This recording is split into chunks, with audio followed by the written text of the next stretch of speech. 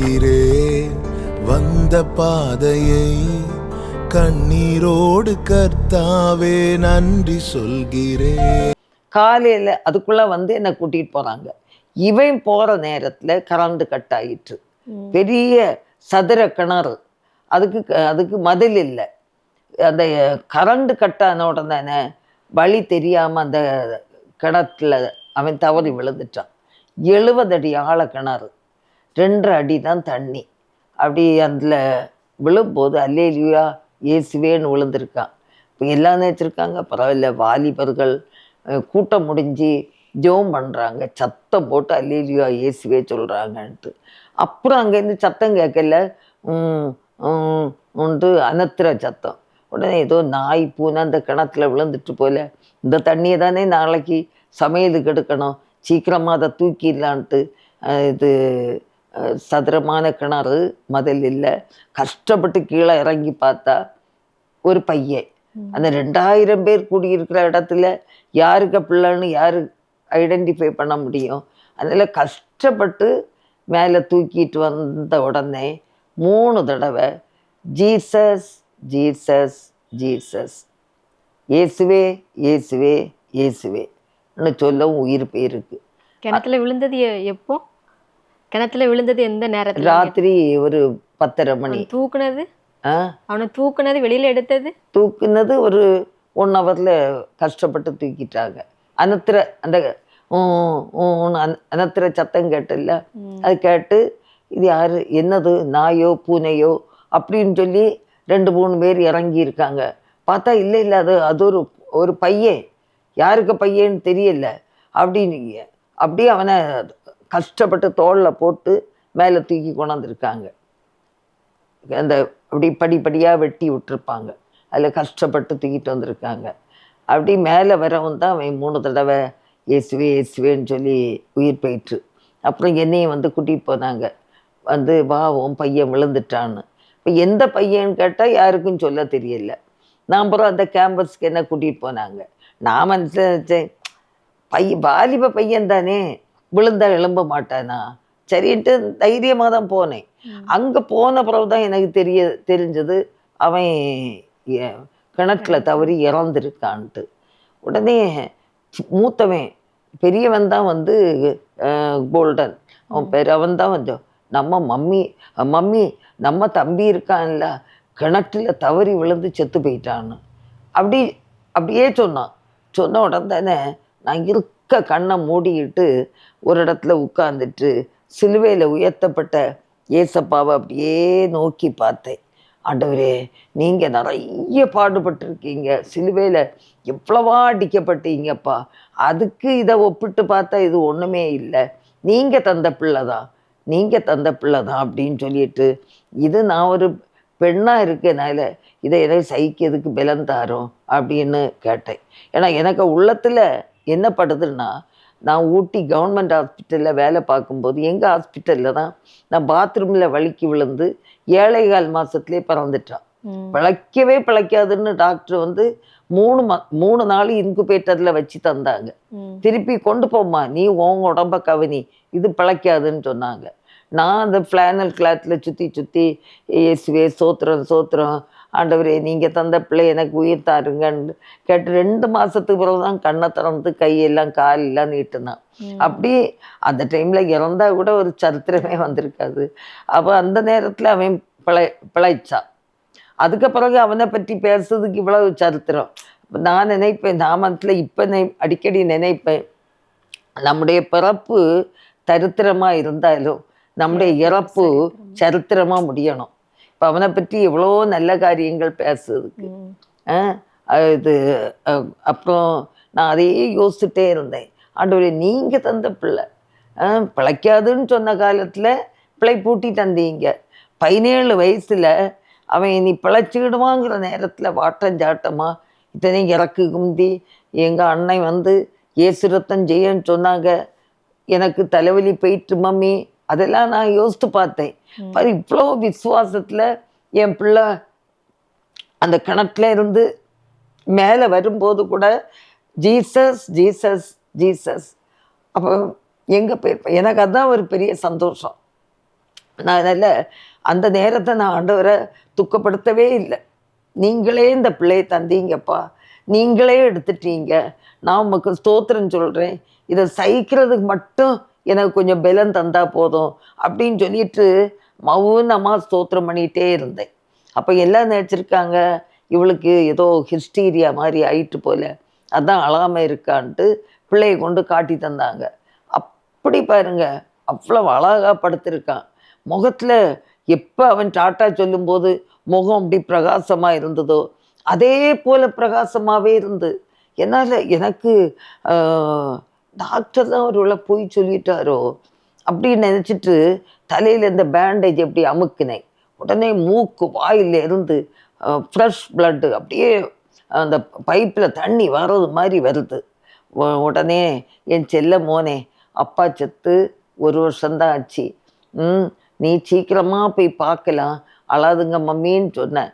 உனக்கு இப்படி சீக்கிரமாக போய் பார்க்கறதுக்கு இந்த வாய்ப்பு கிடச்சிட்டு அண்ணனும் நானும் புறவு வருவோம் அப்படின்னு சொல்லி நான் தான் அந்த ரத்தம் எல்லாம் தொடச்சேன். எனக்கு எப்படி ஆண்டவன் பலன் தந்தாரோ தெரில. அந்த ரத்தம் எல்லாம் தொடச்சி திருப்பி பேண்டேஜ் நான் போட்டேன்.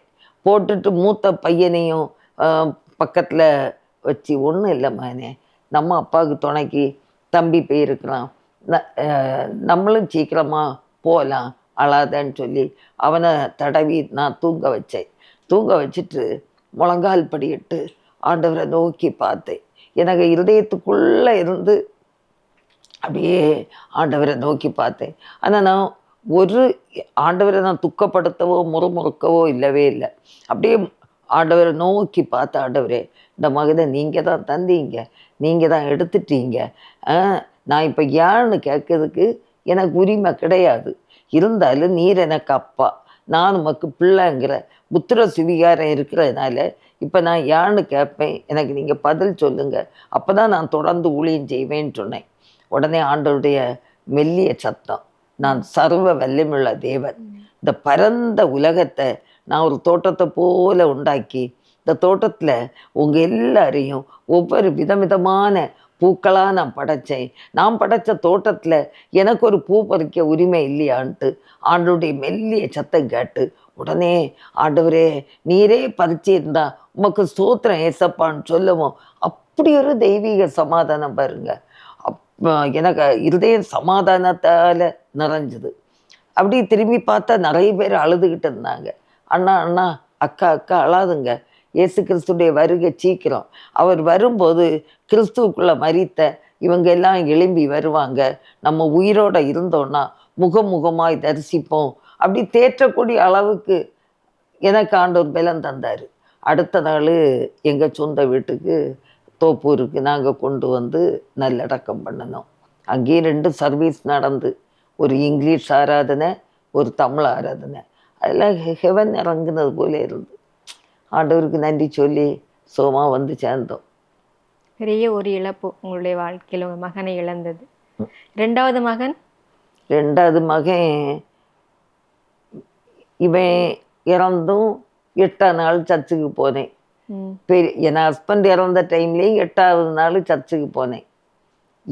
பெரிய மகன் என்ன சொல்கிறான்னா, இப்படி ஒரு கடவுள் வேணுமா, 1 வருஷத்தில் 2 மரணம், யாருக்கு வீட்டில் நடந்தது அப்படின்னு சொல்லிட்டு எங்கே போனானே தெரியாது, காணாமலே போயிட்டான்.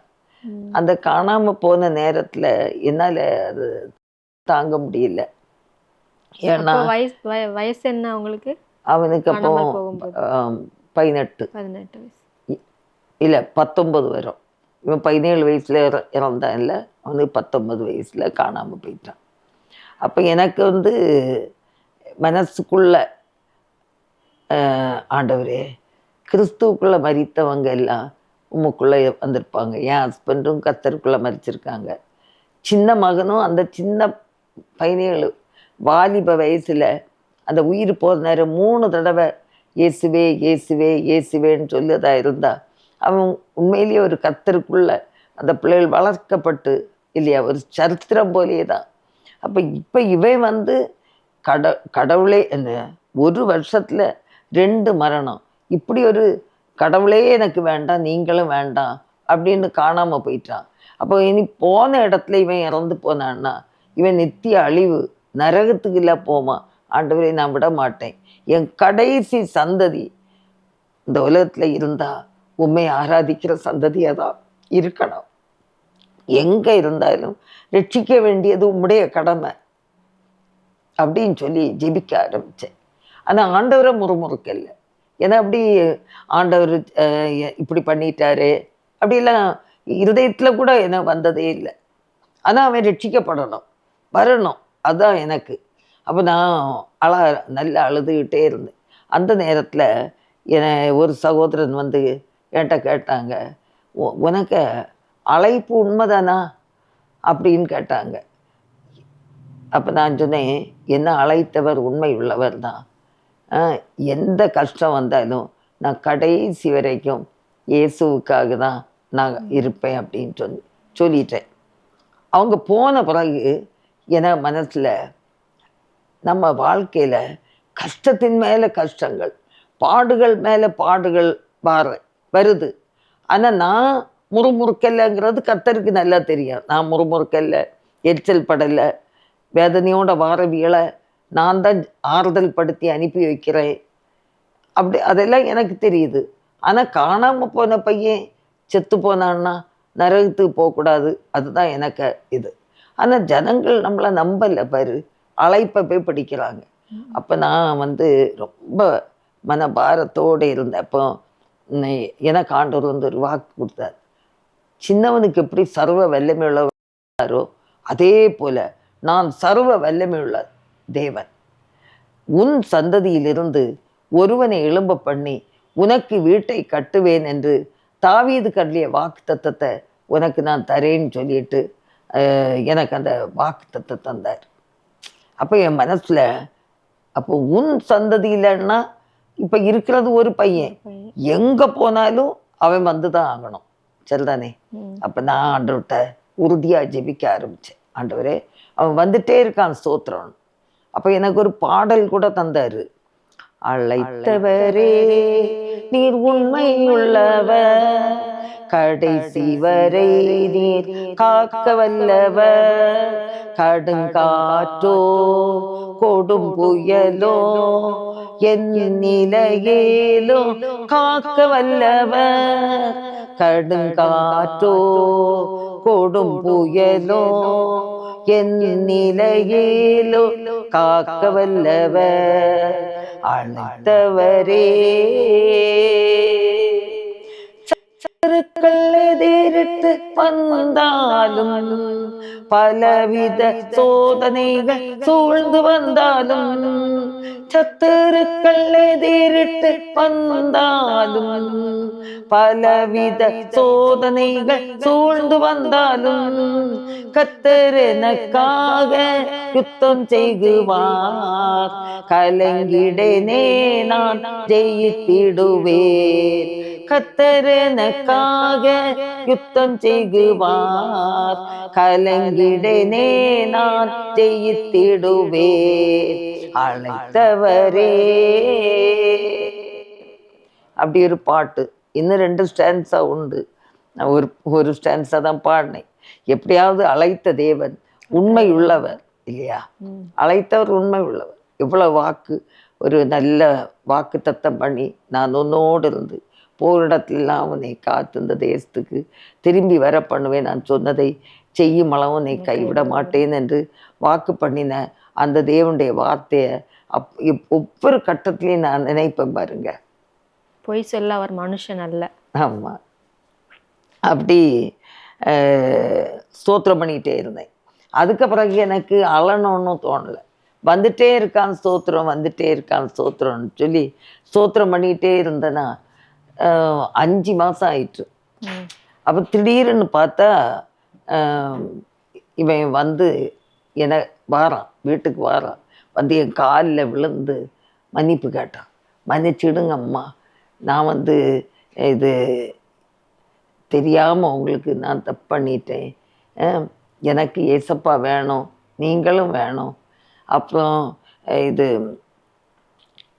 ஏசப்பாவுக்காக, நம்ம டேடிக்காக, தம்பிக்காக நான் இரத்த சாட்சியாக மறிப்பேன், என்னை நம்பி ஏற்றுக்கொள்ளுங்க அப்படின்னு சொல்லிட்டு என்கிட்ட கேட்டான். எவ்வளோ நாள் கழிச்சு திரும்ப வந்தாங்க? ஆ எவ்வளோ நாள் கழிச்சு திரும்ப வந்தாங்க?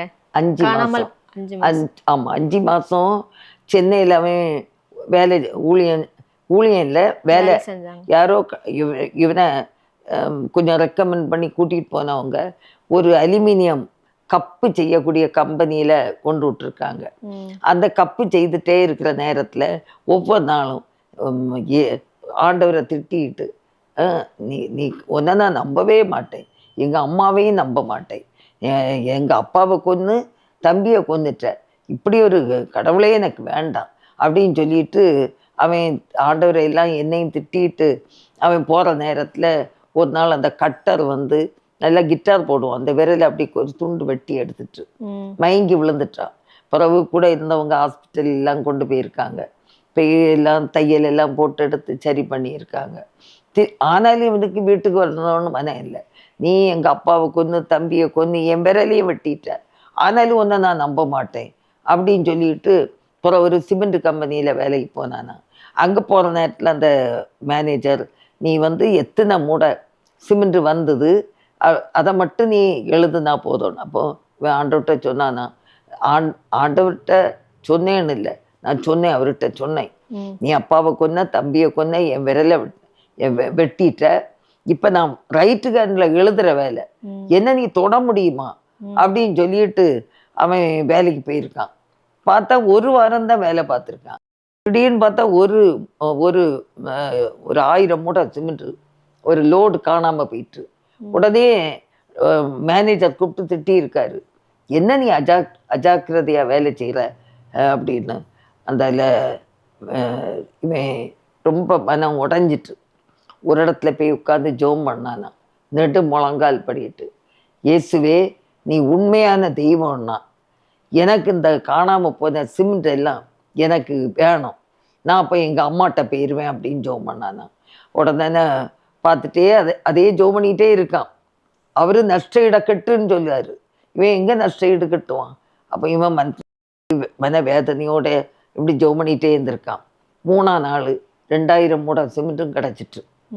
உடனே மேனேஜர் சொன்னாரா, சரி கிடச்சிட்டு இல்லை வேலை செய்யணும். இல்லை நான் கிடைச்சா எங்கள் அம்மாட்ட போவேன் அப்படின்னு ஜோம் பண்ணியிருக்கேன் அப்படின்னு சொன்னானா. உடனே சரி அப்போ கெட் அவுட்டுன்னு சொன்னான். ஒரு பைசாவும் கொடுக்கல, நேரே மன வேதனையோடு இருந்தானா. என்னெல்லாமோ விற்று சாப்பிட்டானா. அப்புறம் ஒரு இந்த ரோட்டு ஓரத்தில் இருக்க ஒரு அம்மா, உன் முகத்தை பார்த்தா ராஜ முகம் போல அழகாக இருக்க, ஏன்ப்பா இப்படி எந்த வீட்டு பிள்ளை நீ இப்படி சுற்றிட்டு அலையிற அப்படின்னு ஒருத்தி கேட்டுட்டு கையில் இந்த ஒரு ப்ரெட்டை கொடுத்தானா. அதையும் தின்னுக்கிட்டு அந்த பைப்பில் திறந்து ரோட்டு ஓரத்தில் உள்ள பைப்பை திறந்து தண்ணியும் குடித்தானா. சே, எங்கள் அம்மா என்னை எப்படி கவனிச்சாங்க, நான் அம்மாட்டையே திருப்பி போனோம், கையில் பைசா இல்லை, எஃப்எம்பிபி ஆஃபீஸுக்கு போயிருக்கான், நான் ஊழியம் செய்யக்கூடிய நண்பர் சுவிசேஷ ஜபக்குழு ஆஃபீஸில் போய் இவனை பார்த்த உடனே குறுந்தாடி, அழுக்கு சட்டை பேண்ட்டு. அப்போ ஒரு நல்ல இரத்த சாட்சியாக மறித்த அண்ணனுக்கு இப்படி ஒரு குடிக்கிற பையன் போல, அந்த பாக்கியநாதராஜ் அண்ணனுக்கு மகனை போல இருக்குது அப்படின்னு சொல்லிட்டு, என்னப்பா வேணும், அது எங்கள் அம்மாட்ட போகணும், சரி நாளைக்கு இந்த நேரம் வாங்க, உங்களுக்கு நான் டிக்கெட் எல்லாம் புக் பண்ணி வச்சுருக்கேன். அப்படியே அடுத்த நாள் வரமாட்டான்னு நினச்சிருக்காங்க. இவன் 100 ரூபா கொடுத்தா இவன் குடிச்சிட்டு போயிடுவானோன்னு நினச்சிட்டு கூப்பிட்ருக்காங்க. அடுத்த நாள் அதே டைமில் போன உடனே அப்படியே பஸ்ஸில் ஏற்றி விட்டுருக்காங்க. வந்து நேரே என காலில் வந்து விழுந்து மன்னிப்பு கேட்டு நல்ல ஒரு ஊழியக்காரனாட்டு மாறிட்டான். உங்களுடைய ஜெபம் வீணாய் போகவில்லை. காணாமல் போன உங்களுடைய மகன் திரும்பவுமாக உங்ககிட்ட வந்து சேர்ந்துட்டார் இல்லையா ஆண்டி? காணாமல் போன உங்கள் பையன் உங்ககிட்ட திரும்பவுமா வந்த பிறகு, அதன் பிறகு அவனுடைய வாழ்க்கை எப்படி இருந்துச்சு ஆண்டி? திரும்பி வந்த பிறகு அவன் என்னோட நல்ல அன்பாக இருந்தான். தம்பியை பற்றி உள்ள பெரிய கவலை மாதிரி அப்படி இல்லை. அப்பாவுக்காக, தம்பிக்காக, இயேசுவுக்காக நான் இரத்த சாட்சியாக மறிப்பேன்னு சொல்லி தானே என்கிட்ட மன்னிப்பு கேட்டான். அதுக்கப்புறம் நல்ல பைபிள் படிக்க, நல்ல சர்ச்சுக்கு போக, கிட்டார் எடுத்துட்டு மற்ற குரூப்புகள் யாராவது நாகர்கோவிலில் நிறைய பேர் விசேஷமாக இது பிரதர் ஜெயந்தராஜ்னு ஒருத்தங்க உண்டு, கருங்கல் பக்கத்தில். இயேசு நம்மோடு சபையை சேர்ந்தவங்க. அவங்க கூட எல்லாம் அந்த குரூப் மியூசிக்கில் கிட்டார் எல்லாம் போட போவான். அப்படி நல்லா இருந்தான். அப்புறம் ஜெம்ஸில் ஊழியத்துக்கு போகிறேன்னு சொல்லிட்டு ஜெம்ஸு ஆஃபீஸில் போய் எல்லாம் விசாரித்து எடுத்து சரின்ட்டு ஜெம்ஸில் போய் பீகாரில் ஊழியத்துக்கு போனான். பீகாரில் ஊழியம் செய்துட்டு இருக்கும்போது நான் மனசில் பாவம் பிள்ளை இவ்வளவு தூரம் தனிமையாக இருந்து அவன் வாழ்க்கையில் ஆண்டவரை இருக்க அவனும் பிடிச்சிக்கிட்டான். எல்லாம் உண்மையிலேயே அந்த ஒரு கண்ணீரின் ஜெபந்தான். அந்த ஜெபத்தினால தான் அவன் ஆண்டவருக்குள்ளால வழி நடத்த முடிஞ்சது. எனக்கு நினச்சி பார்த்தாலும் கஷ்டம்தான், இல்லைன்னு நம்ம சொல்லலை. ஆனால் ஏசப்பாவை எந்த விதத்திலும் துக்கப்படுத்தக்கூடாது, வருத்தப்படுத்தக்கூடாது, இதுதான் எனக்கு மைண்டில். அதனால் நான் அவனுக்காக நல்ல ஜோம் பண்ணியிருந்தேன். சரி, அப்போ இனி அவனுக்கு ஒரு நல்ல திருமண காரியத்தை ஒழுங்கு பண்ணி கொடுத்துடணும் அப்படின்னு சொல்லிட்டு அவன் பீகாரில் இருக்கும்போது இந்த 5 கிராமம் பக்கத்தில் காணிமடம்னு ஒரு ஊர் இருக்குது. அங்கே போய் நான் மற்றவங்க மூலமாக விசாரித்தேன். அப்போ ஒரு வீட்டில் 4 பொம்பளை பிள்ளைகள் இருக்குது. அவங்க அப்பா சுடலமாடனுக்கு சாமியாடியாக இருந்தாராம். அப்போ ஒரு நாள் சாமி அவர்கிட்ட ஆடலை. சாமி ஆடாத்தோட தானே ரொம்ப அழுதுருக்காரு. ஏன்னா அவர் ஹிந்து, சுடலமாடனுக்கு சாமியாடியாக இருந்து கணக்கு சொல்லி கிடைக்கிற பைசாவில் தான் மனைவி 4 பொம்பளை பிள்ளைகளையும் அவர் கவனிக்கணும். இப்போ சாமி ஆடாத்தோடனே ஒவ்வொரு நாளும் எதிர்பார்த்துருக்காரு. 3ஆம் நாள் சாமி என்கிட்ட ஆடு, என் பிள்ளைங்கெல்லாம் கஷ்டப்படுது அப்படின்னு சொல்லி அழுதுருக்காரு. உடனே இயேசு சிலுவையின் காட்சியோடு அவருக்கு காட்சி அளித்திருக்கிறாரு. நான் தான் தெய்வம், நான் தான் உண்மையான தெய்வம், என்ன நம்புனியன்னா நான் உன்னை ஆசீர்வதிப்பேன்னு சொன்னாராம். அப்படியே இயேசுவை ஏற்றுக்கொண்டு அவருக்கு மனைவி 4 பிள்ளைகளும் ஞானஸ்தானம் எடுத்து கர்த்தருக்குள்ளே இருக்கிறாங்க, நல்லா இருந்தாங்க. அப்போ அதில் உள்ள மூத்த பிள்ளை தான் எனக்கு கல்யாணம் பண்ணி தந்தாங்க. அப்போ அவங்களுக்கு டவுரி தரதுக்கு ஒன்றும் கிடையாது. நான் என்கிட்ட இருந்ததெல்லாம் கொடுத்து எல்லாம் கல்யாணம் பண்ணி அப்புறம் அவளும் பையனும் பீகாரில் ஊழியத்துக்கு போனாங்க. அங்கே ஊழியம் செய்யும்போது ஒரு குழந்தையும் பிறந்தது. குழந்தைக்கு 1.5 வயசு ஆகும்போது திருப்பி அங்கே கண்டினியூ பண்ணாமல் ஏதோ அவங்களுக்குள்ளால சின்ன சின்ன கஷ்டங்கள், கஷ்டங்கள் இருந்திருக்கும்.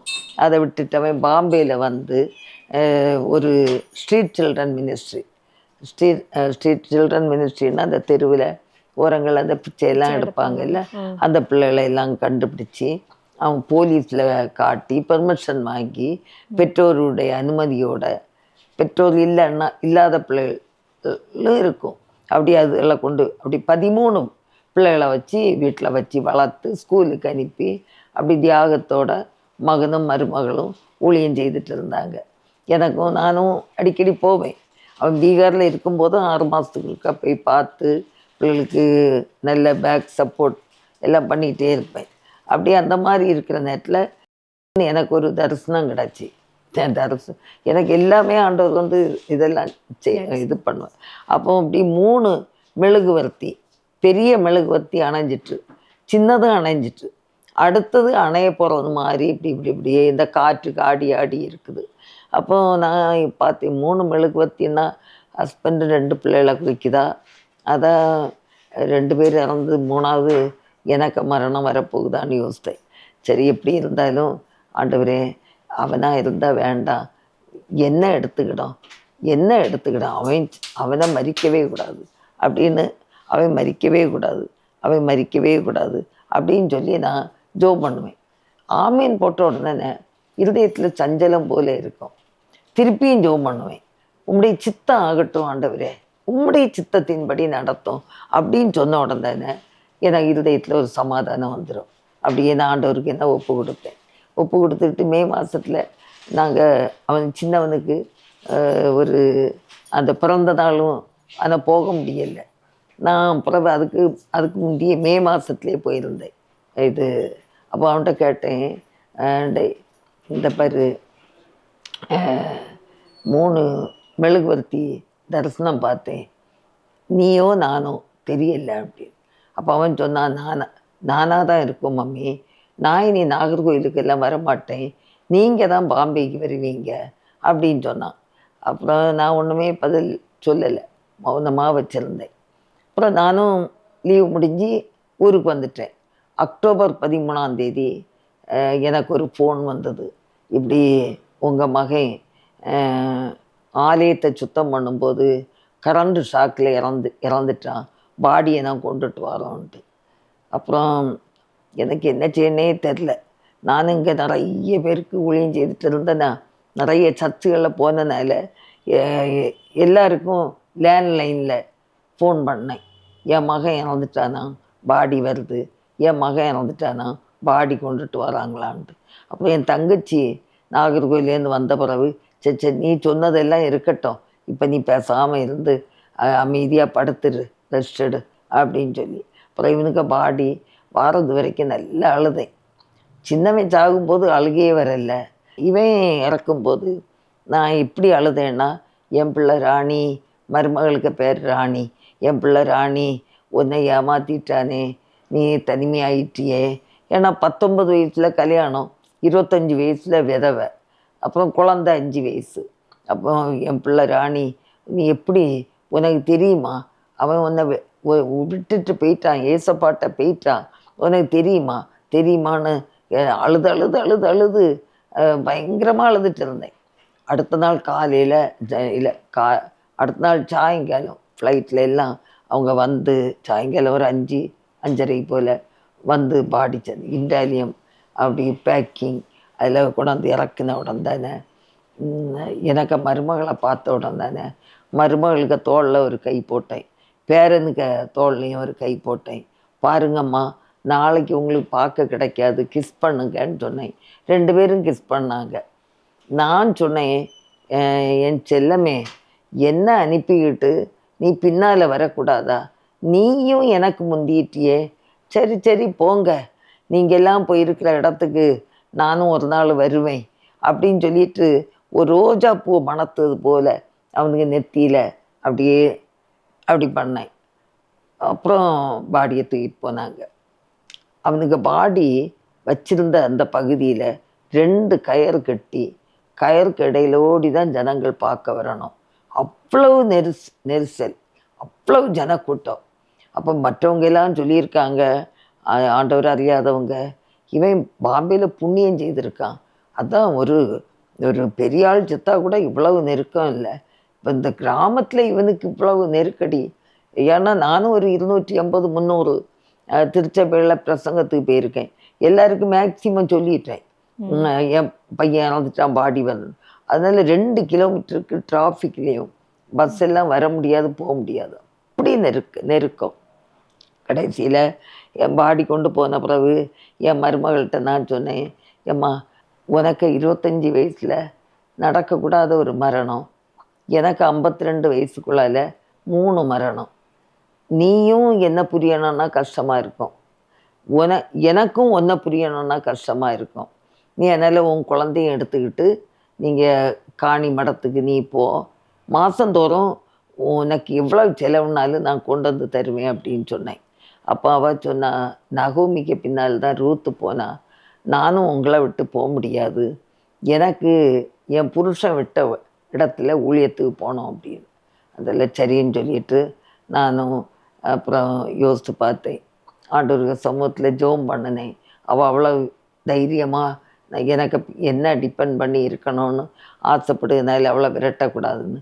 அவங்க அப்பா சொன்னாங்க, வேண்டாம் 2 பேரும் இங்கே இருங்க, நாங்கள் எல்லாம் கவனிச்சுக்கிடுவோன்னு. இல்லை, அவளை நம்ம அரெஸ்ட் பண்ணி வைக்கக்கூடாது, அவளுக்கு அந்த ஊழியம் செய்யணும்னு ஆசை இருக்கு இல்லையா. அப்புறம் நாங்கள் பாம்பேக்கு தான், நான் எஃப்எம்பிபியில் ட்ரான்ஸ்ஃபர் கேட்டு நான் பாம்பேயில் போய் அங்கே உள்ள எஃப்எம்பிபி அந்த இதில் சேர்ந்து இணைந்து நான் ப்ரொமோஷனல் ஒர்க்கில் ஹெல்ப் பண்ணிகிட்டு இருந்தேன். அவள் அந்த ஊழியத்தையே செய்துட்டு இருந்தாள். அப்படி யோபுவின் வாழ்க்கையில் சோதனை ஆண்டவர் அனுமதித்த மாதிரி உங்களுடைய வாழ்க்கையில் அநேக சோதனைகள், கஷ்டங்கள், பாடுகள் இல்லையா ஆண்டி? இந்த 3 இழப்புகளை நீங்கள் எப்படி சந்திச்சிங்க? உங்கள் மனநிலை எப்படி இருந்துச்சு அந்த டைமில்? கஷ்டமான சூழ்நிலை தான். ஆனால் என்ன அழைத்தவர் உண்மையுள்ளவர்ங்கிறது எனக்கு அடித்தளத்தில் உண்டு. இன்னைக்கு உலகத்தில் வந்து நிறைய பேர் ஆசீர்வாதம் ஆசீர்வாதம், நிறைய பணம், குடும்பம், பிள்ளைகள், பேர பிள்ளைகள் எல்லாம் இருந்தால் தான் நல்ல ஆசீர்வாதம். இப்படி அடுத்தடுத்து மரணங்கள் வந்தால் ஏதோ அவிய சாபம், அவிய பாவம் செய்தனால்தான் அப்படின்னு ஒரு இடப்போடு உலகத்தில் நம்ம வாழ்ந்துட்டு இருக்கோம். சரிதானே? சரிதானே? ஆனால் எனக்கு மனத்தில் ஒவ்வொரு காரியமும் ஆண்டவர் என்கிட்ட சொல்லியிருக்காரு. புரியுதா? பார்க்கும்போது 82 எனக்கு தாலி வந்து தானாகவே இப்படி நின்று குனிஞ்சு குளிக்கும்போது போகும்போது தலைவலியாக கலந்து போயிட்டு அப்புறம் கிடச்சிட்டு, அதுக்கு பிறகு ஒரு 6 மாதம் கழித்து 10 சேலை காணாமல் போயிட்டு, நாங்கள் இல்லாத நேரம் ஓடு பிரித்து எடுத்துட்டு போயிட்டாங்க. அதில் பெட்டியில் வெள்ளை சேலை மட்டும்தான் இருந்து. அப்போ எனக்கு பயங்கரமாக அழுதுட்டேன். நல்லா பிடிக்கும் கலர் கலராக சேரீ கட்டுறது, ஒரு செயின் போட்டிருப்பேன், 2 காப்பு போட்டிருப்பேன். அப்போ அந்த தாலி தொலைஞ்சது கிடச்சிட்டு. இப்போ அடுத்த ஒரு 6 மாதம் கழிச்சு 10 சேலை காணாமல் போயிட்டு. அது வந்து சொப்பனை இல்லை, உண்மையாட்டே காணாமல் போயிட்டு. நான் அப்போ நல்லா அழுது ஜெபிக்க ஆரம்பித்தேன். அப்போ இவங்க சொல்லுவாங்க, நீ சேலைக்கு அழுது ஜெபம் பண்ணாத, உனக்கு நான் வேணா 15 சாரி எடுத்து தாரேன், ஆத்துமாக்களுக்காக அழுகதை விட்டுக்கிட்டு அப்படின்ட்டு என்ன தேற்றுவாங்க, ஆறுதல் படுத்துவாங்க. அப்போ நான் சொன்னேன், ஆத்துமாக்களுக்காக நான் ஜெபம் பண்ண தான் செய்கிறேன், ஆனாலும் இப்படி போனதுக்கு ஒரு வழி வேண்டாமா? எடுத்தவா கள்ளி தானே, நம்ம பணித்தளத்தில் வேலை செய்கிறோம். அப்போ நம்ம வசனத்தை கேட்டவா கள்ளியாட்ட ஆயிட்டா, அவள் ரட்சிக்கப்படாண்டாமா? நான் விட மாட்டேன். எல்லா வெள்ளிக்கிழமையும் இந்த சேலை எனக்கு வேணும்னு ஜெபிக்க ஆரம்பிச்சேன். ஒரு 7 மாதம் போயிட்டு. எங்கள் வீட்டில் அவங்க நல்ல ஜாலி அடிப்பாங்க. ஆத்துமாக்களுக்கு கண்ணீர் விடாமல் சேலைக்காக கண்ணீர் விடுறான்னு. நான் சேலையும் முக்கியம் தானே, எடுத்தவ ரட்சிக்கப்படட்டும் இருக்கட்டும் அப்படின்னு. 7வது மாதம் அவள் வந்து ஒரு பெரிய பண்டிலாக கட்டி கொண்டு வீட்டுக்கு வெளியே வச்சுட்டு போயிருக்கா. பார்த்தா அந்த 10 சேலையும் இருக்கு. கலர் முக்கியெல்லாம் பார்த்துருக்கா. அப்புறம் சர்ச்சில் சாட்சி என்ன தெரியுமா? நான் அதை கெட்டி பார்த்தேன், எனக்கு நெஞ்சிக்கு படபடா இருந்தது. கலர் முக்கி கெட்டி பார்த்தேன், அப்பமும் நெஞ்சிக்கு படபடப்பா இருந்து, அதனால நான் கொடுத்துட்டேன் அப்படின்னு சொல்லி, நான் செய்த தவறுன்னு சொல்லி கொடுத்துட்டேன். எல்லாம் 10 சேலையுமே வந்துட்டு. உடனே பிடிவாதம் பண்ணி ஜோம் பண்ணி வாங்கிட்டேன். நான் சொன்னேன், ஆமாம் பிறகு அவளும் ரட்சிக்கப்பட்டிருக்கா இல்லை அப்படி. இப்போ நான் இனி கட்ட மாட்டேன், 10 சேரீயும் கட்ட மாட்டேன், இந்த 10ஐயும் 7 கொடுக்குறேன், நான் ஏதாவது லைட் கலர் இல்லைன்னா வெள்ளை கட்டிக்கிடுறேன் அப்படின்னு சொல்லி பார்த்தேன். இல்லை கிடச்சிருக்குல்ல கெட்டு அப்படின்னு சொன்னேன். இல்லை அதை கட்ட மாட்டேன்னு எல்லாத்தையும் கொடுத்துக்கிட்டு ஒன்றா கொடுத்துட்டு, யார் எடுத்தான்னு தெரியாது, பிறகுதான் தெரியும் யார் எடுத்துகிட்டு போனதெல்லாம். சரி, எப்படி இருந்தாலும் கிடச்சிது.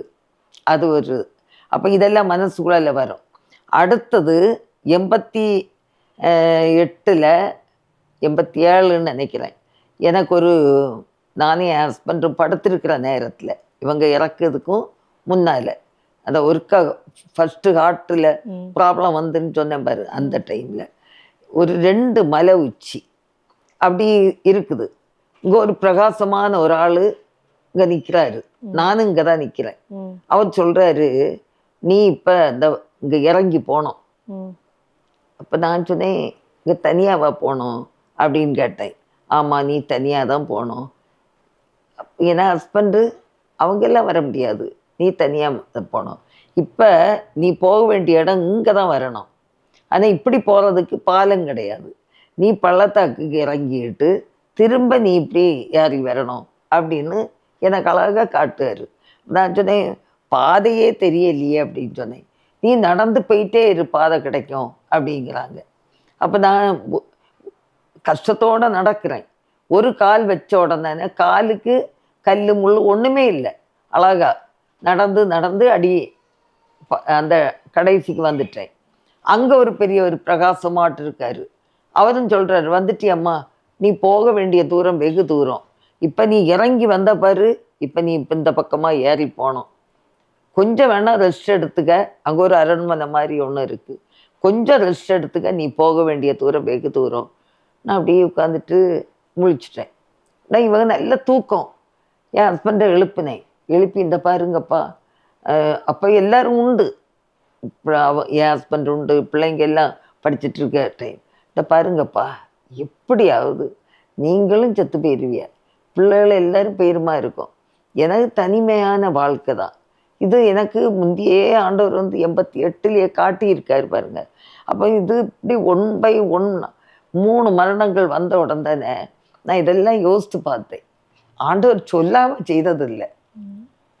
சரிதானே? ஏதாவது அடையாளம் இருக்கா சொல்லாமல் செய்தது இல்லைன்ட்டு? ஆபிரகாமுக்கு சொல்லாமல் நான் எதுவும் செய்ததில்லைன்ட்டு பைபிளில் ஒரு வசனம் உண்டு. உண்மையிலேயே பார்த்தா இப்படி ஆண்டவர் சொல்லாமல் செய்ததில்லை எல்லா காரியமும். அப்போ ஆண்டவர் எவ்வளவு நம்மளை ஆற்றி தேற்றுறாரு. நம்ம இவ்வளோ கஷ்டங்கள் வந்தாலும் அவர் நம்மளை ஆதரிக்கிறார் இல்லையா? நம்ம சொல்லியிருக்க இதெல்லாம் யோசித்து பார்த்தனால நான் இதெல்லாம் தாங்கிக்கிட்டேன். ஆண்டவர் எனக்கு பலன் தந்தார். சொந்த பலத்தில் இல்லை, ஏசப்பா எனக்கு பலன் தந்தனால தான் நான் அவ்வளோ தூரம் நான் தைரியமாக நிற்க முடிஞ்சது. இந்த 3 இழப்புகளுக்கு பிறகு என்னைக்காவது ஆண்டவர் மேலே உங்களுக்கு கோபம் எதுவும் வந்துச்சா? வருத்தம், கோபம் ஏதாவது? இல்லை, எனக்கு கர்த்தர் மேலே ஒரு வருத்தமோ கோபமோ ஒன்றும் இல்லை. ஏன்னா ஒவ்வொரு ஸ்டெப்பாக பார்க்குற நேரத்தில் ஆண்டவர் வந்து என்னட்ட சில தரிசனங்கள் காட்டியிருக்கேன்ல சொன்னது. அதை சின்னவன் சாகும்போது அந்த சின்ன ஒரு தங்க முடி விழுது மாதிரி, அப்புறம் பெரியவன் சாகும்போது 3 கேண்டில் அணைகிறது மாதிரி, இது இப்படி நான் பார்த்துருக்குறேன். 2வது 88 எல்லாரும் இருக்கிற நேரம் அந்த 2 மலை உச்சியில் தாண்டி போகிற அந்த தரிசனம், இதெல்லாம் எனக்கு பார்க்கும்போது எனக்கு அழைப்பதான் நான் அழைத்த தேவன் உண்மை உள்ளவர்னு சொல்லிட்டு, இப்போ இந்த கஷ்டங்கள் வரும்போதும் இது ஆண்டவருக்கு சமூகத்தில் பாரத்தோடு நான் ஜெபிக்கிறது. அது மட்டும் இல்லை, என் ஹஸ்பண்டு சின்னவையெல்லாம் இறந்த பிறகு வட இந்தியாவில் போய் நான் அந்த எனக்கு திங்ஸ் எல்லாம் எடுக்கிறதுக்காக போயிருந்தேன். போகிற நேரத்தில் அவங்க வந்து அந்த கிராமத்துக்கு போயிருந்தேன். என் ஹஸ்பண்டை அடித்து நெஞ்சியில் ஏறி குதித்தவன் சொன்னான், நான் உங்கள் இயேசுவை ஏற்றுக்கொள்ளுவேன்னு சொல்லிட்டு அவன் ஆண்டவரை ஏற்றுக்கொண்டிருக்கான். இந்த கிராமத்தில் இப்போ என் ஹஸ்பண்டு கட்டி வச்சு அடிக்கப்பட்ட கிராமத்தில் ஒரு இந்துக்கள் கூட கிடையாது. எல்லாரும் இயேசு கிறிஸ்துவை ஏற்றுக்கொண்டு கிறிஸ்துவுக்காக வாழ்கிறாங்க. முதல் பணித்தளம் செய்த பிப்பல்வாடாவிலையும் அது கிராமமே நல்லாரு. 2000 பேர் அமர்ந்து ஆராதிக்கிறதுக்கு ஒரு பெரிய ஆலயம் கட்டியிருக்காங்க. அப்புறம் ஒரு பைபிள் காலேஜ் இருக்குது. அப்புறம் ஒரு மெடிக்கல் ஹாஸ்பிட்டல் ஒன்று இருக்குது. அப்புறம் ஒரு 2 கிலோமீட்டருக்கு 1.5 கிலோமீட்டர் தள்ளி +2 வரைக்கும் படிக்கிறதுக்கு ஒரு higher secondary English medium school இருக்குது. எல்லாருக்கு வீட்லேயும் வீட்டுக்கு வீடு வெஸ்டர்ன் மாடலில் லெட்டின் பாத்ரூம் வச்சு பெரிய பெரிய வீடுகள் கட்டி எல்லோரும் நல்ல ஏதேன் தோட்டம் மாதிரி நல்லா இருக்கிறதாட்டு அங்கே இருந்து வந்தவங்க என்கிட்ட வந்து சொன்னாங்க, இப்படி எல்லோரும் ஒரு தடவை வந்து பார்க்க வாருங்கன்னு. ஆனால் எனக்கு பார்க்க போகிறதுக்கு வாய்ப்பில்லை. ஆனால் இதெல்லாம் பார்க்கும்போது ஒரு சந்தோஷம். பவுல் நட்டாலும் அப்பல்லும் நீர் பாய்ச்சினாலும் விளைய செய்கிறவர் கர்த்தர், ஆத்துமாக்கள் அவருடையது. பலத்தினாலும் அல்ல, பராக்கிரமத்தினாலும் அல்ல, கர்த்தருடைய ஆவியினாலே ஆகும். எப்படி நம்ம சுற்றி தெரிஞ்ச இடம் எல்லாம் கர்த்தருக்கு சொந்தமாக இருக்குது. எங்களுக்கு பின்னால் உள்ள மிஷனரிகள் தொடர் ஊழியத்தை செய்துட்டு இருந்திருக்காங்க. இப்போ நம்ம தான் செய்யணும்னு இல்லை. அப்போ அதெல்லாம் கேட்கும்போது சந்தோஷம் தானே. ஆரம்ப காலங்களில் நாங்கள் கொஞ்சம் ஊழியம் செய்தாலும் எங்களால் 8.5 வருஷத்துக்கு மேலே செய்ய முடியாமல் இருந்தாலும் அங்கேயும் நம்ம போன அந்த நோக்கம் நிறைவேறிட்டு தான் இருக்குது. ஒரு ஆத்மாவும் குறைஞ்சி போகலை. கர்த்தர் உங்களை எதற்காக அழைத்தாரோ அந்த அழைப்பை உங்களை வச்சு அவர் நிறைவேற்றி கொண்டிருக்கிறார் இல்லையா? இப்போ நீங்கள் என்ன பண்ணிட்டு இருக்கீங்க? என்ன ஊழியம் பண்ணுறீங்க? அழைக்கிற இடத்துல எந்த சர்ச்சுனாலும் சரிதான், அழைப்புக்கு கீழ்ப்படிஞ்சு இப்போ எனக்கு அனுபவ சாட்சிகளையும் சொல்லி தேவ செய்தியை நான் கொடுத்துட்ருக்கேன். பாருங்க, நம்ம எப்போவுமே மனுஷன் நினைக்கணும், பாடுகள் மனுஷனுக்கு உண்டு. ஆண்டவரே சொல்கிறாரு, உலகத்திலே உங்களுக்கு பத்திரம் உண்டு, நீங்கள் திருடன் கொள்ளுங்கள், நான் உலகத்தை ஜெயித்தேன்னு சொல்லி. உலகத்தில் பிறந்து வளர்ந்து நம்மை ரட்சிக்கும்படியாக ஏசப்பா பட்ட பாடுகள் கொஞ்சம் இல்லை. முழு உலகத்தை ரட்சிப்பதற்கு அவருடைய ஒரு சொட்டு ரத்தம் கூட தனக்கென்று வைக்காமல் முழுசையும் சிந்தி, உலகத்தில் உபத்திரம் உண்டு, திருடன் கொள்ளுங்கள், நான் உலகத்தை ஜெயித்தேன். அப்போ ஆண்டவரை ஏற்றுக்கொண்ட ஒவ்வொரு பிள்ளைகளும் நம்மளை திடப்படுத்தி கொள்ளணும். சில கஷ்டங்கள் வரும். இப்போ இன்னைக்கு உலகத்தில் எல்லாரும் சொல்லுவாங்க, ஆண்டவருக்கு இயேசு கிறிஸ்துவை ஏற்றுக்கொண்டால் கஷ்டமே இல்லை, துன்பமே இல்லை, எல்லாம் ஆசீர்வாதம் ஆசீர்வாதம். ஆசீர்வாதம் அவர் தரக்கூடியது. அதுக்கு கூட ஒரு வசனம் இருக்குது, அவருடைய பிள்ளைகளானால் அவருடைய சுதந்திரரும் ஆமேன் இருக்கு. அப்போ அவருடைய பிள்ளைகளாகிய நமக்கு அவருடைய சுதந்திரம் பாடுகள் தான். அதில் ஒரு சின்ன பங்கு. அவர் சுமந்தது போல பெரிய கஷ்டத்தை நம்ம சுமக்கல, கொஞ்சம் சின்ன கஷ்டத்தை தான். இதை நம்ம தாங்காமல் இருந்தோம்னா எப்படி பரலோக ராஜ்யத்துக்கு போக முடியும்? நம்ம ஆண்டவருக்குள்ளால இருந்து இந்த ஊழியத்தை நான் செய்துட்ருக்கிறேன். அது மட்டும் இல்லை, நாங்கள் சுற்றி திரிஞ்ச இடம் எல்லாம் கர்த்தருக்கு சொந்தமாக இருக்குது. அப்புறம் 1990 என் ஹஸ்பண்ட் இறந்தாங்க இல்லை, இறந்த நேரம் 1 மாதம்தான் ஆச்சு இறந்து. அப்போது ஒரு பிரதர் எங்கள் வீட்டுக்கு வந்தார். எங்கள் சர்ச்சில் செய்தி கொடுத்துக்கிட்டு எனக்கு வீட்டுக்கு கூட்டிகிட்டு வந்தாங்க. அப்போ அவர் சொன்னார், இன்னும் நீங்கள் குஜராத்துக்கு போகணுன்னு இருக்கிறீங்கல்ல, குஜராத்துக்கு போக மாட்டீங்க, நீங்கள் கொஞ்சம் வருஷம் இங்கே தான் இருப்பீங்க, திரும்ப நீங்கள் வட இந்தியா போவீங்க, அப்புறம் நீங்கள் கடைசி நாட்களில் நீங்கள் கன்னியாகுமரி மாவட்டத்தில் இருந்து நீங்கள் உலர்ந்த எலும்புகளுக்கு உயிர் கொடுக்கக்கூடிய ஊழியத்தை செய்வீங்க அப்படின்னு சொன்னார். எனக்கு அப்போ கொஞ்சம் கஷ்டமாக இருந்து, ஏன்னா என் ஹஸ்பண்ட் இறந்து ஒரு மாதம் தான் இருந்து, எனக்கு இன்னும் குஜராத்துக்கு போகணுன்னு இருக்குது. அம்மா என்ன சொல்கிறாங்கன்னா, நீ குஜராத்துக்கு போனியான்னா ஒரு 2 பிள்ளைகளை நாங்கள் அப்புறம் கவனிக்க மாட்டோம்னு. அப்போ பார்த்தா 1 வருஷத்தில் சின்னவன் இறந்தான். அப்பவும் நான் எங்கள் அம்மாட்ட சொல்கிறேன், நீங்கள் என்ன அனுப்பல இல்லை, அதான் சின்னவன் இறந்துருக்கான் அப்படின்னு சொல்லிட்டு இருந்தேன். அப்புறம் பார்த்தா பெரியவன் காணாமலும் போனான். பிறகு அவனுக்காகவும் ஜோம் பண்ணேன். அப்போ நம்ம குஜராத்துக்கு போக முடியாது தான். அப்புறம் எப்போ நான் வட இந்தியா போனேன், அந்த ஊழியக்காரர் சொன்னது போல் எனக்கு என் மகன் இறந்து மருமகா நாங்கள் ஊழியம் செய்த இடத்துல என்னை கூட்டிகிட்டு போங்க. அவங்க ஊழியம் செய்தது பாம்பே. அப்போ அவளுக்காக நான் பாம்பே போனேன். அப்போ பாம்பேயில் 2002 2009 வரைக்கும் FMBB மூலமாக பாம்பேயில் தான் இருந்து எனக்கு ஊழியத்தை நான் இந்த FMBB ஊழியத்தை செய்துட்டு இருந்தேன். அவள் அந்த ஸ்ட்ரீட் சில்ட்ரன் மினிஸ்ட்ரி பண்ணிகிட்டு இருந்தாள். 2009 ரிட்டையர்ட் ஆகி நான் அங்கே வந்தேன். வந்த பிறகும் கூப்பிட இடங்களில் எந்த சர்ச்சுன்னு இல்லாமல் எல்லா இடமும் போயிட்டு தான் இருந்தேன். இந்த கொரோனா காலங்களுக்கு பிறகு கொஞ்சம் அலைச்சல் குறைஞ்சிது.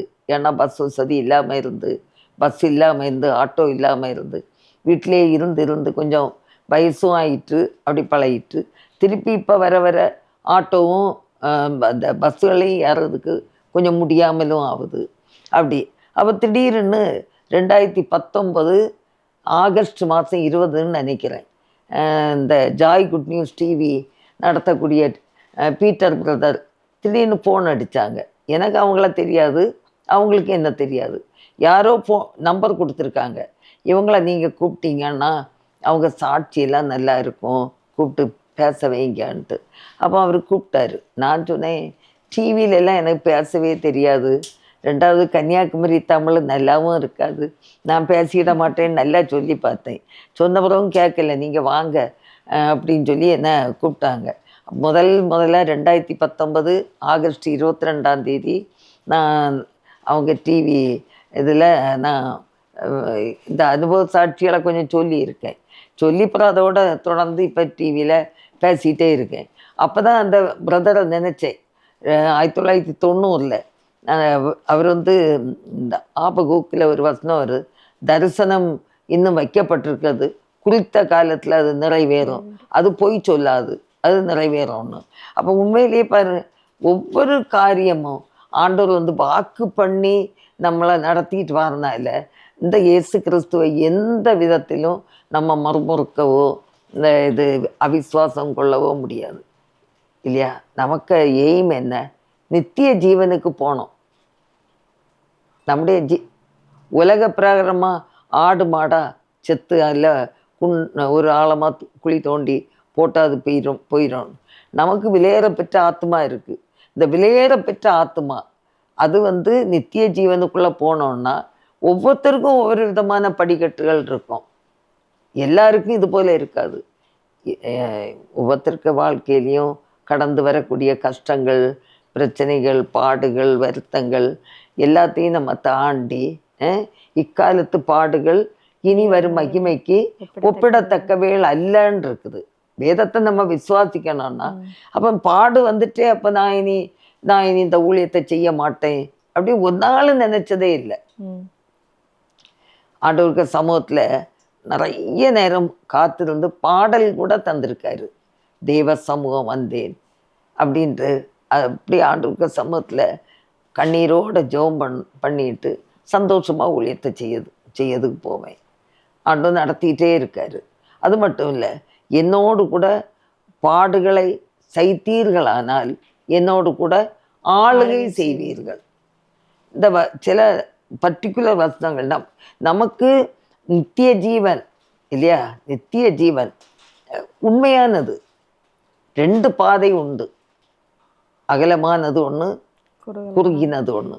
அந்த குறுகின பாதை நமக்கு பாடுகளோடு கடந்து போய் பரலோக ராஜ்யத்துக்கு நம்ம பாக்கியவான்களாட்டு மாறணும். அதுக்கு தான் அந்த பிரயாசமே தவிர ஏதோ கொஞ்சம் கதை பேசிட்டு போகிறதுக்காக இல்லை.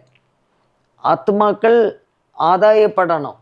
ஆத்துமாக்கள் கொஞ்சம் வேதனைகள், கஷ்டங்கள், பிரச்சனைகள் வாரவங்க அந்த பிரச்சனையே பார்த்து பின்வாங்கி போயிடக்கூடாது. பாடுகளோடு கூட அவரோடு கூட ஆளுகை செய்வோன்னு இருக்கனால அதை நம்ம முதல்ல அது விசுவாசிக்கணும். எப்படி உங்களுடைய வாழ்க்கையில் நீங்கள் அநேக கஷ்டங்களையும் பாடுகளையும் ஆண்டவருக்காக சகிச்சிருக்கீங்க இல்லையா ஆண்டி? இந்த சாட்சியை அநேக நேயர்கள் தொலைக்காட்சி மூலமாக பார்த்து கொண்டிருக்காங்க. அவங்களுக்கு நீங்கள் என்ன சொல்ல விரும்புகிறீங்க? கிறிஸ்துக்கள் அன்பானவர்களே, இவ்வளோ நேரம் என்னுடைய அனுபவ சாட்சியை நான் பகிர்ந்து கொண்டேன். பல ஆரம்பத்திலேருந்தே பல கஷ்டங்கள் வழியாக. அது இன்னொரு விஷயம், அது நான் சொல்லாமல் இருக்க முடியாது. நான் வந்து 17 வயதில் பிபிஎஸ், இது வந்து செய்திக்காக சொல்கிறேன், பிபிஎஸ்சில் நான் இருக்கும்போது அந்த பிபிஎஸ் டைரக்டர் சொன்னாங்க, இங்கே இருக்கிற டீச்சரில் ஒரு டீச்சர் ஊழியத்துக்கு போவாங்க அப்படின்னு சொன்னாங்க. அப்போ நான் கேட்டேன், அது எப்படி உங்களுக்கு தெரியும்னு கேட்டேன். அப்போ அவங்க சொன்னாங்க, சிலுவையை சுமந்து போகிற இயேசுவுக்கு பின்னால் அவங்க அழுதுகிட்டே கடந்து போகிறது மாதிரி நான் ஒரு தரிசனம் கண்டேன். கடைசி வரைக்கும் ஊழியம் செய்வாங்க, ஆனால் ஊழிய பாதை வந்து அவங்களுக்கு கஷ்டமாக தான் இருக்கும். பல பாடுகள் மத்தியில் அவங்க ஊழியத்தை செய்து நிறைவேற்றுவாங்க அப்படின்னு என்கிட்ட சொல்லியிருந்தாங்க. நான் இப்போ இவ்வளோ நேரமும் என்னுடைய கணவர் இறந்த சூழ்நிலை, சின்ன மகன் இறந்தது, பெரிய மகன் இறந்தது, எல்லா காரியங்களையும் நினச்சி இதுவரைக்கும் நான் நினைக்கும்போது அந்த 1964 இந்த மாதிரி இருக்கும்னு நினைக்கிறேன்.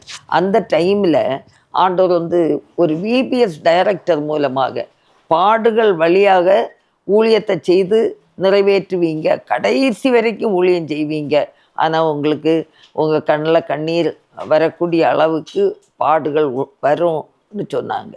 இதை நான் யோசித்து பார்த்து நான் கடைசி வரைக்கும் நான் இப்பவும் கூட என்ன கஷ்டங்கள் இருந்தாலும் ஏசப்பாட்ட முறுமுறுக்கிறதே இல்லை.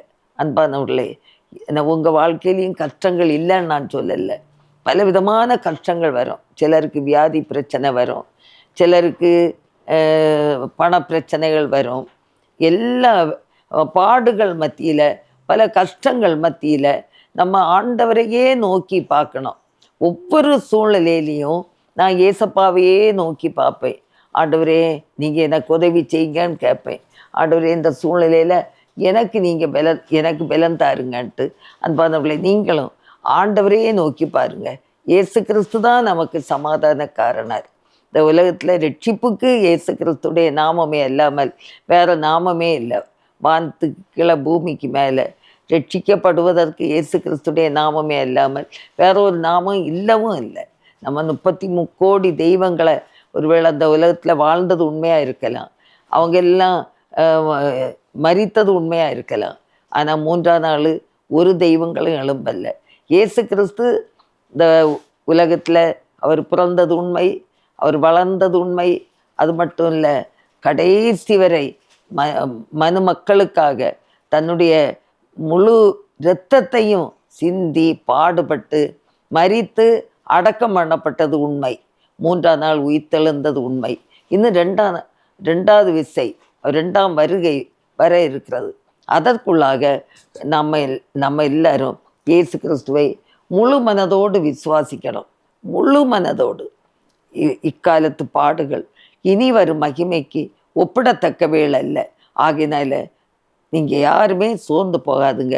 ஆண்டவராய் இயேசு கிறிஸ்துவை உறுதியாய் பற்றி பிடித்தால் உங்களுக்கு சமாதானம் உண்டு. ஏசாயா 26:3 சொல்லப்படுகிறது, உம்மை உறுதியாய் பற்றி கொண்ட மனதை உடையவன் உம்மையே நம்பியிருக்கிறபடினால் பூரண சமாதானத்துடன் காத்து கொள்வேன் என்று. அன்பானவர்களே, நான் உறுதியாட்டு இயேசு கிறிஸ்துவை பற்றி பிடிச்சனால சமாதானமாக இருக்கேன். அதே சமாதானத்தை இயேசு கிறிஸ்து உங்களுக்கும் தர ஆயத்தமாக இருக்கிறார்.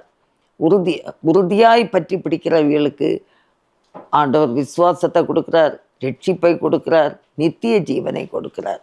அதனால் உறுதியாய் பற்றி பிடிக்கும்போது ஒரு நாளும் அவர் கைவிடவே மாட்டார்.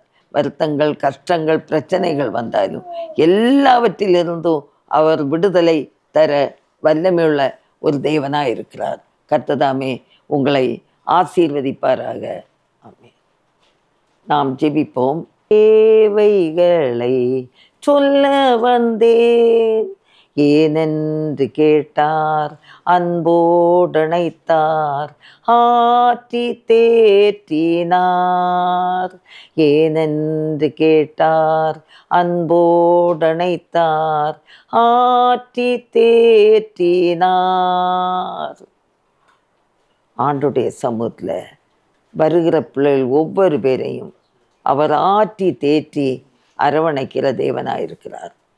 எங்கள் அன்பின் ஆண்டவரே, இந்த நல்ல வேலைக்காக நாங்களுமே துதிக்கிறோம், ஸ்தோத்திரிக்கிறோம். கர்த்தாவே, எங்களை ஆற்றி தேற்றுகிற தேவன் மாத்திரமல்ல, எங்களை நித்திய ஜீவன் வரைக்கும் அழைத்து செல்லுகிற தேவனாயிருக்கிறீர். ஆண்டவரே, வாழ்க்கையில் உள்ள கஷ்டங்களோ, பாடுகளோ, வியாதிகளோ, வருத்தங்களோ எதுவும் உம்மை விட்டு பின்வாங்கி போய் விடாதபடிக்கு ஆண்டவரே, இதை கேட்டுக்கொண்டிருக்கிற பிள்ளைகள் தங்கள் வாழ்க்கையிலே பலப்பட, ஆண்டவரே விசுவாசத்தோடு விசுவாசத்தில் வளர ஆண்டவரே கர்த்தர் உதவி செய்வீராக.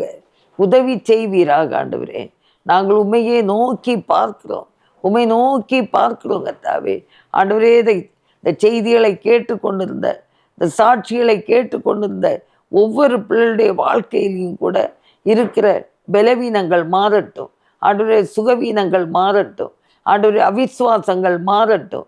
பரிசுத்த குலைச்சல்கள் மாறட்டும். பரிசுத்தத்தோடு நாங்கள் இருந்தால்தான் உம்முடைய நித்திய ஜீவனுக்குள்ளே வர முடியும். கர்த்தாவே, பரிசுத்தம் இல்லாமல் உம்மை தரிசிக்கவே முடியாது. கர்த்தாவே, ஆண்டவரே, அந்த எங்களுடைய உபத்திரவங்கள் தான் எங்களை ஆண்டவரே பரிசுத்தமான பாதைக்குள்ள வழி நடத்துகிறதப்பா. தாவீது ராஜா சொன்னது போல, நான் உபத்திரவப்பட்டது நல்லது, அதனால் நான் பிரமாணங்களை கற்றுக்கொண்டேன் என்று சொல்லுகிறாரப்பா. அதே போல் நாங்களும் ஆண்டவரே ஒவ்வொரு நாளும் நாங்கள் உபத்திரவப்படும் போது, நாங்கள் பாடுகளை படும்போது நாங்கள் பரிசுத்தமாக்கப்படுகிறோம்.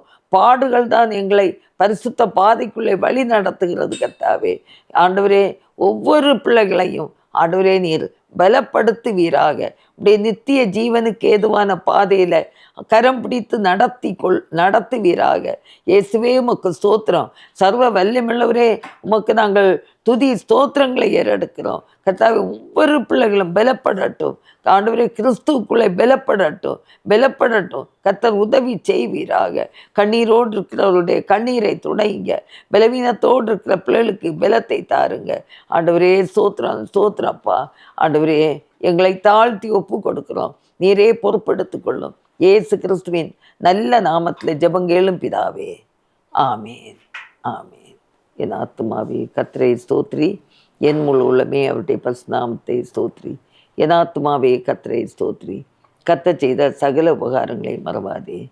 ஆமேன், ஆமேன். கர்த்ததாமே உங்களை ஆசீர்வதிப்பாராக. விசுவாசத்தோட தைரியமாக கர்த்தருடைய முகத்தை பார்த்து கடந்து செல்லுங்கள். எங்களுடைய சிறிய அழைப்பையும் ஏற்றுக்கொண்டு இங்கே கடந்து வந்து உங்களுடைய சாட்சிகளையும் உங்களுடைய அனுபவங்களையும் எங்களோடு நீங்கள் பகிர்ந்து கொண்டதற்காக உங்களுடைய ஜாய் குட் நியூஸ் தொலைக்காட்சியின் மூலமாக உங்களுக்கு நன்றிகளையும் வாழ்த்துக்களையும் தெரிவித்துக் கொள்கிறேன். நன்றி. நானும் உங்களுக்கு அதிகமாக நன்றி சொல்லுகிறேன். என்னை நீங்கள் அழைத்து இந்த ஜாய் குட் நியூஸ் டிவி மூலமாக என்னுடைய அனுபவ சாட்சிகளை பகிர்ந்து கொள்வதற்கு ஒரு வாய்ப்பை நீ தந்த பொறுப்பானவர்களுக்கு என் அன்பு வாழ்த்துக்கள், நன்றியை கூறிக்கொள்கிறேன். இந்த கேள்விகளை எல்லாம் கேட்பதற்கு உங்களுக்கும் இந்த வாய்ப்பு ஆண்டவர் தந்திருக்கிறாரு. நம்ம பகிர்ந்து கொண்டோம். கர்த்தருக்கே துதி ஸ்தோத்திரங்கள் உண்டாவதாக. ஆமாம். அன்பான நேயர்களே, இவ்வளவு நேரமாய் அருமையான தாயார் அவர்களின் சாட்சியை நாம் கேட்டோம். அது உங்களுக்கு பிரயோஜனமாக இருந்திருக்கும் என்று நான் கர்த்தருக்குள் விசுவாசிக்கிறேன். அருமையான தாயார் அவர்களை தொடர்பு கொள்ள விரும்பினாலோ அல்லது அவருடைய ஜெப உதவி உங்களுக்கு தேவைப்பட்டாலோ கீழே தெரிகிற நம்பருக்கு அவர்களை தொடர்பு கொள்ளுங்கள். இன்னும் ஒரு நிகழ்ச்சியில் உங்களை சந்திக்கும் வரை உங்களிடமிருந்து விடைபெறுகிறேன். நன்றி, வணக்கம்.